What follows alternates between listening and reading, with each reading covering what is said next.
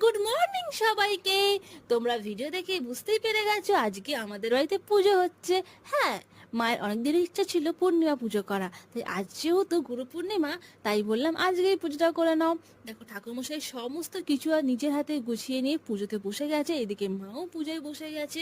আর তোমরা দেখে বলো সিংহাসনে সাজানোটা কেমন হয়েছে ঠাকুরকে। তোমরা এই সুন্দর সুন্দর ভিডিওগুলো দেখো, আমি চট করে ইন্ট্রো দিয়ে নিই। Hello guys, welcome to my channel বঙ্কাঞ্চি। আমার এই ভিডিওটা ভালো লাগলে একটা সাবস্ক্রাইব আর লাইক করে দেব প্লিজ। আর দেখো হোমকুণ্ডরা পুরো সাজাচ্ছে, ঠাকুরমশাই খুবই সুন্দরভাবে সাজিয়েছিল। আর হোমটা কিন্তু খুবই সুন্দরভাবে হয়েছিল। সত্যি অনেক শান্তিভাবে আমরা পুজোতে পেরেছি, অঞ্জলি দিয়েছি।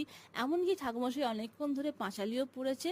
মানে বলতে গেলে এই পূর্ণিমা পুজোটা সত্যি অসাধারণ হয়েছে।